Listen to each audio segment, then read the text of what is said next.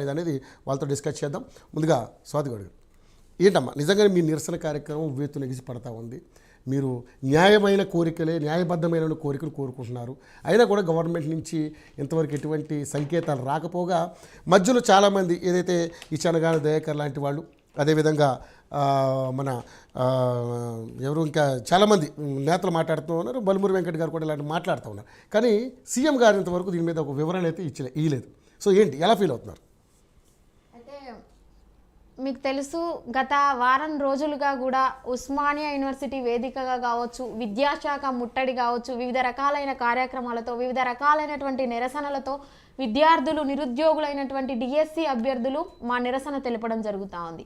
ఆ ఉద్యమాన్ని ఉధృతం చేసి కూడా మేము ఉస్మానియా యూనివర్సిటీ ల్యాండ్స్కేప్లో ఒక ఆర్మీ బలగాలతో మమ్మల్ని నిర్బంధం చేయడం కూడా జరిగింది. విద్యాశాఖ ముట్టడి రోజు మమ్మల్ని సిటీ పరేడ్ గ్రౌండ్స్లో కూడా కూర్చోబెట్టి రాత్రి 10-11 వరకు కూడా కనీసం మహిళలు ఉన్నారు, మహిళా అభ్యర్థులు ఉన్నారని కూడా చూడకుండా కానిస్టేబుల్స్ లైట్స్ ఆఫ్ చేయడం, బీజేవైఎం వాళ్ళ మద్దతు కోరి వాళ్ళు వచ్చాక లైట్స్ ఆన్ చేయడం, అక్కడికి కూడా బీఆర్ఎస్ వాళ్ళు మాకు సపోర్ట్కి వస్తే గో బ్యాక్ బీఆర్ఎస్ అని మేము అరిచినటువంటి వీడియోలు మా దగ్గర ప్రూఫ్ ఉన్నాయి. అక్కడి నుంచి వాళ్ళని పంపించడం, విద్యాశాఖ దగ్గర కూడా వాళ్ళు జెండాలు వేసుకొని వస్తుంటే జెండాలు గుంజుకొని మీరు మమ్మల్ని అన్యాయం చేయొద్దు, మా పరిస్థితి మాది, మా నిరుద్యోగులకు మీకు రాజకీయమైనటువంటి రంగు మీరు మాకు పులమొద్దు, మేము ఎప్పటికీ నిరుద్యోగులమే అని చెప్పి వాళ్ళని పంపించడం. అక్కడి నుంచి ఉస్మానియా యూనివర్సిటీకి పాదయాత్రగా దాదాపు 20 కిలోమీటర్లు మేము నడుచుకుంటూ రావడం, రాత్రి 10:30 అక్కడి నుంచి మేము మీడియా కూడా కవరేజ్ చేసింది. అప్పుడు రావడం, వచ్చి అక్కడ కూర్చొని మా నిరసన తెలుపుతా ఉంటే రాకేష్ రెడ్డి గారు వచ్చి మా ముందు కూర్చున్నారు. అది మాకు తెలీదు. రాగానే go back Rakesh Reddy, go back BRS అని మేము అరిచినటువంటి దాఖలాలు మీరు కూడా ఇప్పుడు టెలికాస్ట్ చేయండి, నా దగ్గర ఉందా? మేము చెప్పాము. ఇప్పుడు మాకు ఏ రకంగా ప్రతిపక్షంతో సంబంధం ఉందని ఏ ప్రూఫ్ తో మీరు మాకు బట్టగాల్చి మీదేసేటువంటి ప్రయత్నం చేస్తా ఉన్నారు. ఒక నిరుద్యోగులైనటువంటి డిఎస్సి అభ్యర్థి మీద ఏ రకమైన ప్రూఫ్ తో మీరు మాకు అనుమానం చేస్తా ఉన్నారు? ఏ రకంగా మీరు చెప్తా ఉన్నారు ఈ రోజు మాకు ప్రతిపక్షంతో ఉందని? ఈ ఉద్యమం నడిపినటువంటి వ్యక్తుల ఫోన్లలో కేటీఆర్ నెంబర్లు ఉన్నాయా? బీఆర్ఎస్ కి సంబంధించినటువంటి నాయకుల నెంబర్లు ఉన్నాయా?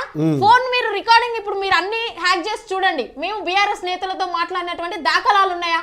లేకపోతే ఏ హోటల్లోనో, ఏ చెట్ల పొదల్లోనో మేము వాళ్ళతో కూర్చొని ప్రణాళిక రచించినటువంటి అవకాశం ఉందా? మీ ఇంటెలిజెన్స్ వాళ్ళు ఉన్నారు. మీకు గత వారం రోజుల నుంచి ఇంటెలిజెన్స్ రిపోర్ట్ అందట్లేదా? సీఎం రేవంత్ రెడ్డి గారి దృష్టికి పోవట్లేదా?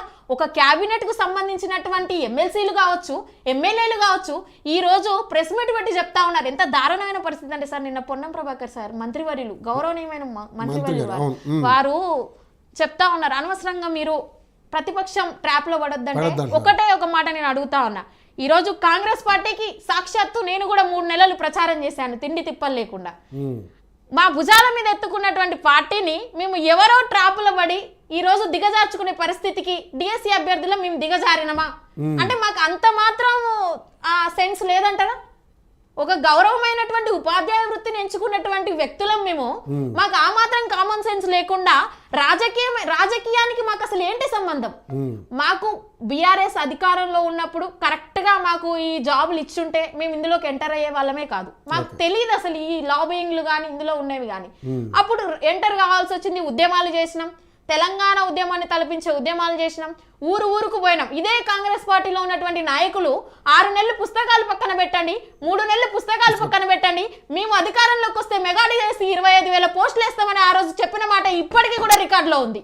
ఆ మాటలు నమ్మి ఊరుకు పోయి మేము సోయి తెచ్చుకొని అవ్వా తాతలు ఓట్లు వేయమని సాక్షాత్తు మా వాళ్ళు ఇంట్లో వాళ్ళు కూడా పోలింగ్ బూత్ కి ఫోన్ చేస్తే వేయండి నాన్న మేము బాగుపడతాం, మీరు వేయండి అని వాళ్ళ కాళ్ళు మొక్కి బస్సు యాత్రలు తిరిగి ఎమ్మెల్యేల దగ్గర తిండి లేకుండా తిప్పలు లేకుండా తిరిగి ఓట్లు వేపిస్తే ఈ రోజు మీరు అప్పుడు కేసీఆర్ వేసిన 5,000 పోస్టుల కంటే ఇంకొక 6,060 పోస్టులు పెంచేశారు. మొత్తం 11,062 పోస్టులు మీరు ఈ రోజు వేశారు.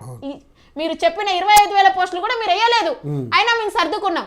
ఆ పార్టీకి మీరే చెప్పండి సార్, కేసీఆర్ హయాంలో మేము ఉద్యమాలు ఎన్ని రోజులు చేసినాం చెప్పండి మీరు. అంటే 8 సంవత్సరాల నుంచి మీరు ప్రిపేర్ అవుతున్నారు, మీకెందుకమ్మా సమయం అని మీరు అడగొచ్చు, న్యాయమైన ప్రశ్న.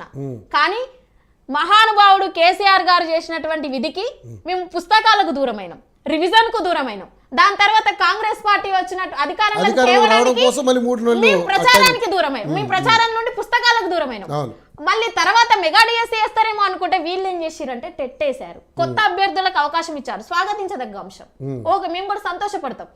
ఇప్పుడు కొత్త అభ్యర్థులు 45,000 మంది క్వాలిఫై అయ్యారు టెట్. రీసెంట్ గా బిఎడ్ డిఎడ్ అయిపోయినటువంటి అభ్యర్థులు, మరి వాళ్ళకు డిఎస్సికి సమయం ఏది? ఆ ఇచ్చిన 25 రోజుల సమయంలో మే 20 నుంచి మొదలుకుంటే జూన్ 2 వరకు కూడా టెట్ ఎగ్జామ్స్ జరగడం జరిగింది. దాని తర్వాత నుంచి డిఎస్సికి వాళ్ళు ఏం చెప్పారు, టెంటేటివ్లీ అని నోటిఫికేషన్ లో మెన్షన్ చేశారు. టెంటేటివ్లీ అంటే తాత్కాలికంగా. అకార్డింగ్ టు సైకాలజీ ఒక మనిషికి ఏమనిపిస్తుంది సార్, టెట్ రాసినాక డిఎస్సికి సమయం వస్తుంది అనిపిస్తుంది, ఉంటది అనిపిస్తుంది.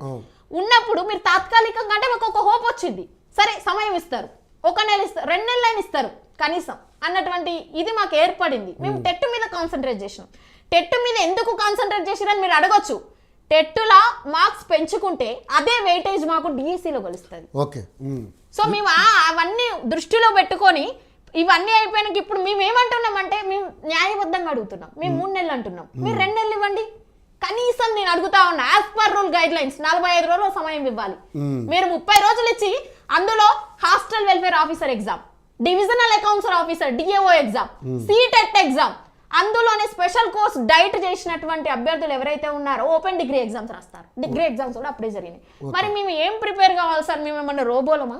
మా పరిస్థితి మాట్లాడితే కేటీఆర్ మనుషులు అంటా ఉన్నారు, మీరు ప్రతిపక్షాల మీద వాళ్ళు మీ మీద పడి ఏడుస్తా ఉన్నారు, మధ్యలో మమ్మల్ని ఎందుకు నలుపుతున్నారని మా బాధ. అసలు మేమేం పాపం చేసినాం సార్ వీళ్ళకి?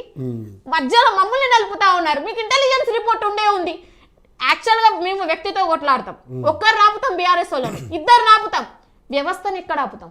మాకు అంత శక్తి ఉందని మీరు అనుకుంటున్నారా? మేము వ్యవస్థను ఆపలేము. మేము ఫస్ట్ నుంచి చెప్తున్నాం, వ్యక్తితో కాదు, మేము వ్యవస్థతో కొట్లాడుతా ఉన్నాం. ఇప్పటికైనా సోయి తెచ్చుకొని దయచేసి మా అభ్యర్థనను మన్నించగలరు. దీనికి సమాధానం కూడా మీరు చెప్పాల్సి ఉంటుంది. నిన్న హాల్ టికెట్లు విడుదల చేసి మీకు మెసేజ్లు చూపిస్తా, మేము సూసైడ్ చేసుకుంటామని చెప్తా ఉన్నారు. రాష్ట్ర వ్యాప్తంగా సూసైడ్ చేసుకుంటే డిఎస్సీ అభ్యర్థులు కారణం ఈరోజు కాంగ్రెస్ పార్టీ కాదా అని నేను అడుగుతా ఉన్నా. మమ్మల్ని ఊర్లోకి ఎందుకు పంపించారు? ప్రచారం ఎందుకు చేయమన్నారు? మాకు పని లేదా? రాజకీయాలకు దింపిందే మీరు, ఈ రోజు లాబింగ్ నేర్పిందే మీరు. ఈ రోజు ప్రతిపక్షం మీద నెడతా ఉన్నారు. వాళ్ళకి మీకేముందో మీరు చూసుకోండియా. మా నిరుద్యోగులు ఎందుకు మధ్యలో తెస్తున్నారు? నిరుద్యోగులు రావడం కూడా కరెక్ట్ కాదు, బట్ అది చేసే కార్యక్రమం చేస్తా ఉన్నారు. దీని మీద రామూర్తి గారిని అడుగుదాం. సార్ రామూర్తి గారు, నిజంగానే అంటే విద్యార్థుల పట్ల మీరు సంఘీభావంలో లేకపోతే సానుకూలంగా స్పందించడం కోసమో, సరే మీ రాజకీయ లబ్ధి కోసమో కాకుండా రాజకీయాలకు అతీతంగా మీరు మాట్లాడితే బాగుంటుంది. ఎందుకంటే వాళ్ళ యొక్క ఆవేదనని మీరు దృష్టిలో పెట్టుకుని వాళ్ళ సపోర్ట్గా మీరు వెళ్తున్నారు. సో గవర్నమెంట్ ఈరోజు మీరు వాళ్ళ ట్రాప్లో పడద్దు అంటున్నారు. బీఆర్ఎస్ బీజేపీ ట్రాప్లో మీరు పడకండి విద్యార్థులారని చెప్పేసి వాళ్ళు ఒక ఇది చేసి మాట్లాడుతూ ఉన్నారు. సో ఏంటి మరి మీరు ఎలాగ ఉన్నారు? ఎందుకంటే మీ ప్రభుత్వం కూడా గతంలో ఇదే విద్యార్థులకు అన్యాయం చేసినటువంటి అంశం మనం చూస్తూ ఉన్నాం. ఇప్పుడు కాంగ్రెస్ గవర్నమెంట్లో కూడా అదే జరుగుతుంది.